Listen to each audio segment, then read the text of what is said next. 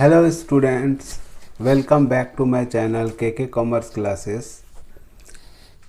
आप लोग का एग्ज़ाम का समय नज़दीक आ रहा है। कुछ ही दिन में एग्ज़ाम स्टार्ट होने वाला है, तो आप लोग अपना जो स्टडी है वो प्रॉपर वे से करें। और आज का वीडियो में हम लोग डिस्कस करेंगे पार्टनरशिप का, फंडामेंटल ऑफ पार्टनरशिप का ऑब्जेक्टिव क्वेश्चन। ये जो भी क्वेश्चन हम आज डिस्कस करेंगे इस चैप्टर में बहुत ही इम्पोर्टेंट क्वेश्चन में से है। आप इसको पढ़ेंगे तो आपको इस चैप्टर का ऑब्जेक्टिव का जो भी समस्या है वो ख़त्म हो जाएगा। तो चलिए आज का वीडियो स्टार्ट करते हैं।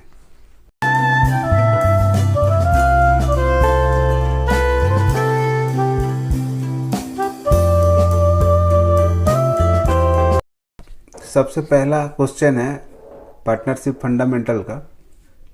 Which one is not of the features of partnership. 4 option है आपके पास, इसमें से आपको बताना है कि कौन सा ऑप्शन जो है पार्टनरशिप की विशेषता में से नहीं आता है। तो पहला ऑप्शन है एग्रीमेंट शेयरिंग, दूसरा है शेयरिंग प्रॉफिट, तीसरा है लिमिटेड लायबिलिटी और चौथा ऑप्शन है 2 और मोर देन 2%। तो इसका जो सही आंसर होगा वो होगा लिमिटेड लायबिलिटी। पार्टनरशिप में लिमिटेड लायबिलिटी नहीं होता है, अनलिमिटेड लायबिलिटी होता है। पार्टनरशिप का जो फीचर्स होता है उसमें जो लायबिलिटी होता है पार्टनर्स का वो अनलिमिटेड होता है, लिमिटेड नहीं होता है। तो इसका राइट आंसर होगा सी। दूसरा क्वेश्चन है features of partnership firm is.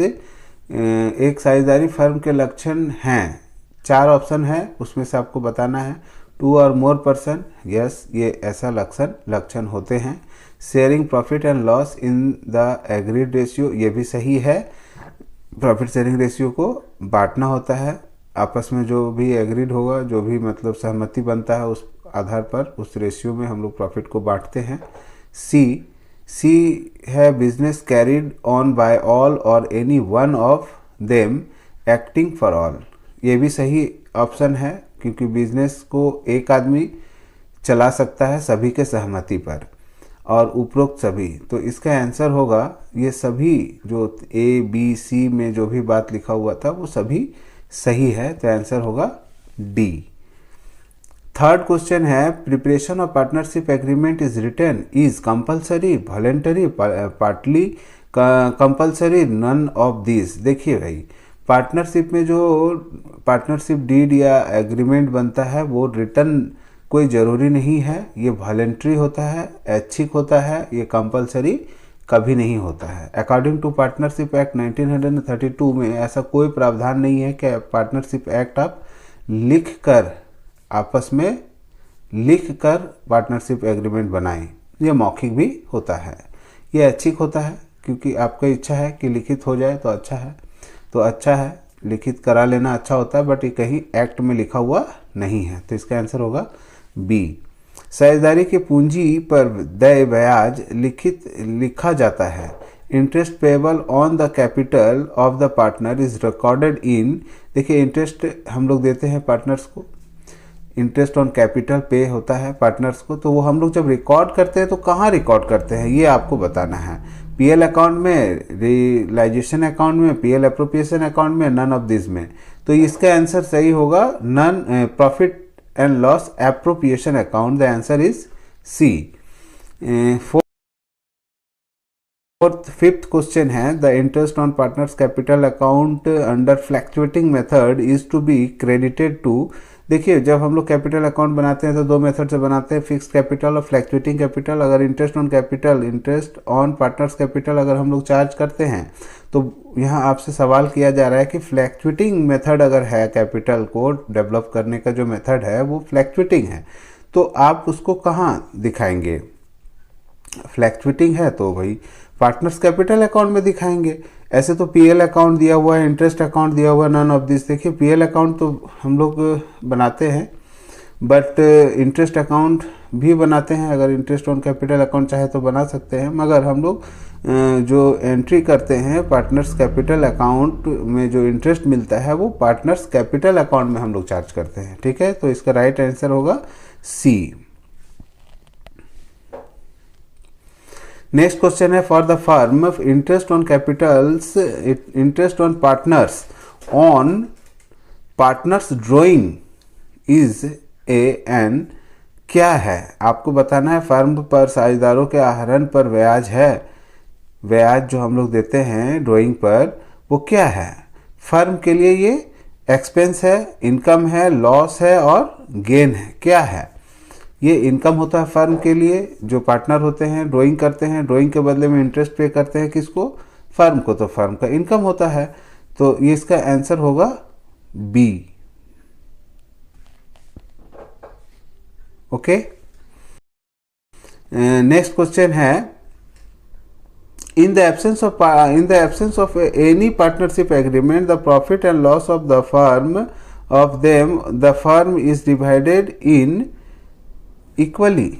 अगर पार्टनरशिप डीड आप नहीं बनाए हैं, पार्टनरशिप डीड अगर नहीं बनाए हैं तो उसके एब्सेंस में हम लोग के पास अकॉर्डिंग टू पार्टनरशिप एक्ट 1932 के हिसाब से हमको वो जो प्रॉफिट होता है उसको बराबर बांटना होता है। तो आंसर होगा ए, 7 का आंसर होगा ए। तो नेक्स्ट क्वेश्चन है,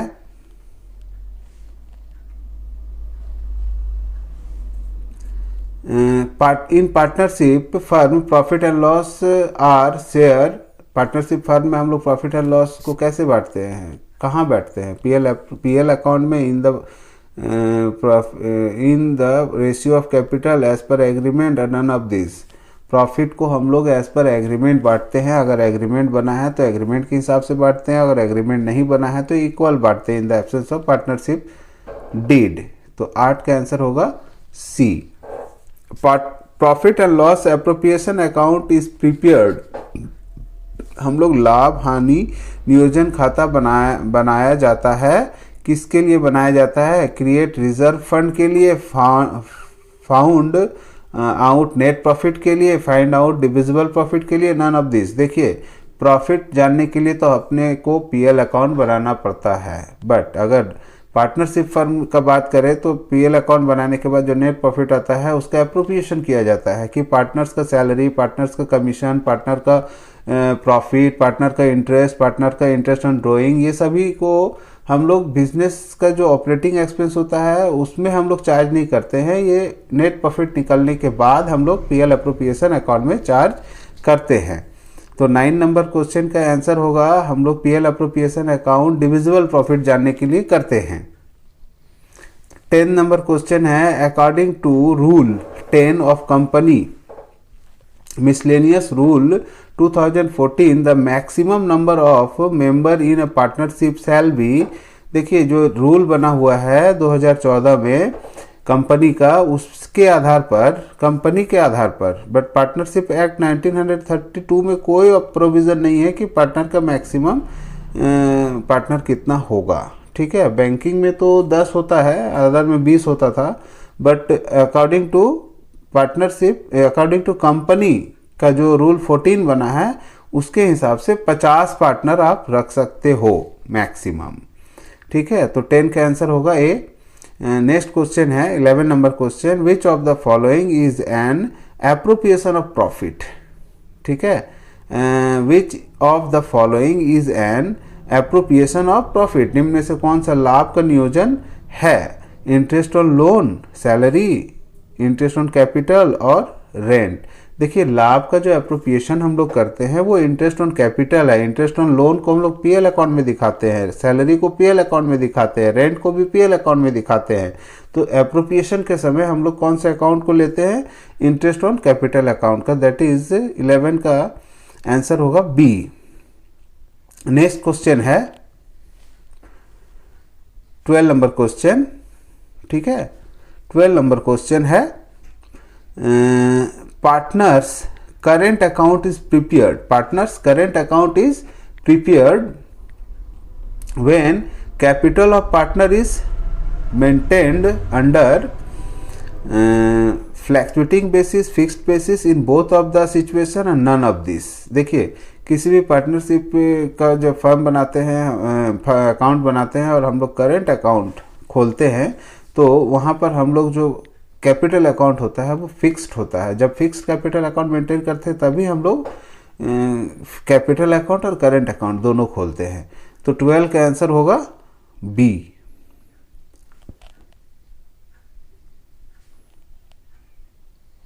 ठीक है। 13 नंबर क्वेश्चन होगा, in the absence of partnership deed partners are not entitled to receive. मतलब जब पार्टनरशिप डीड नहीं बनता है, in the absence of partnership, जब पार्टनरशिप डीड नहीं बनाते हैं पार्टनर लोग, तो partners are not entitled to receive, वो नहीं, उनको नहीं मिल सकता है। क्या नहीं मिल सकता है? सैलरी नहीं मिल सकता है, कमीशन नहीं मिल सकता है, इंटरेस्ट ऑन कैपिटल भी नहीं मिल सकता है। तो आंसर होगा 13 का नन ऑफ दीज। ठीक है, none of these. Next question है 14 number question, in the absence of partnership deed partners are entitled to. In the absence of partnership, देखिए डीड नहीं बनाए लोग, पार्टनरशिप का जो डीड बनना चाहिए था वो डीड बनाया नहीं, तो एब्सेंस है पार्टनरशिप डीड। तो आपको ऑप्शन दिया गया है कि पार्टनरशिप डीड अगर नहीं बनाए हैं तो पार्टनर को क्या मिलेगा? सैलरी मिलेगा, इंटरेस्ट ऑन कैपिटल मिलेगा, profit share in capital ratio, profit को कैपिटल रेशियो में बांटेंगे, इनमें से कोई नहीं। देखिए इनका आंसर होगा 14 का आंसर होगा इनमें से कोई नहीं, क्योंकि ना हम लोग सैलरी दे सकते हैं, ना इंटरेस्ट ऑन कैपिटल चार्ज कर सकते हैं, और ना ही प्रॉफिट को कैपिटल रेशियो में बांट सकते हैं। प्रॉफिट को तो हम लोग इक्वल रेशियो में ही बांटेंगे अगर पार्टनरशिप डीड नहीं बना है तो इसका आंसर होगा D. 15 number question, when time of withdrawal are not maintained, interest on drawing is charged। अगर पार्टनरशिप डीड में आप लोगों ने पार्टनरशिप डीड का बात नहीं है, आप अगर ड्राइंग करते हैं और वो ड्राइंग का डेट स्पेसिफाइड नहीं किया गया है आपके पास, तो आप उसका इंटरेस्ट कितने दिनों के लिए देंगे? तो ऑप्शन में दिया है 6.5 महीना के लिए, 6 महीना के लिए, 5.5 महीना के लिए या 12 महीना के लिए। तो इसका राइट आंसर होगा बी, 6 महीना का एवरेज में हम लोग इंटरेस्ट चार्ज करते हैं। 16 नंबर क्वेश्चन है कि when drawing are made at the end of the every month of the certain amount, then interest will be calculated on total drawing। मतलब ये हर महीना अगर आप ड्राइंग करते हो, वो भी क्या महीना के एंड में, हर मंथ के एंड में आप ड्राइंग करते हैं, और ड्राइंग करने के बाद जो इंटरेस्ट का कैलकुलेशन होता है तो उसमें कितने दिनों का आपको इंटरेस्ट मिलेगा। हर महीना के एंड में करेंगे तो आप जानते हैं, अगर जनवरी के एंड में अगर आप ड्राइंग करते हो तो साल के अंत में, कैलेंडर ईयर के साल के अंत तक में कितना दिन बचा हुआ रहेगा?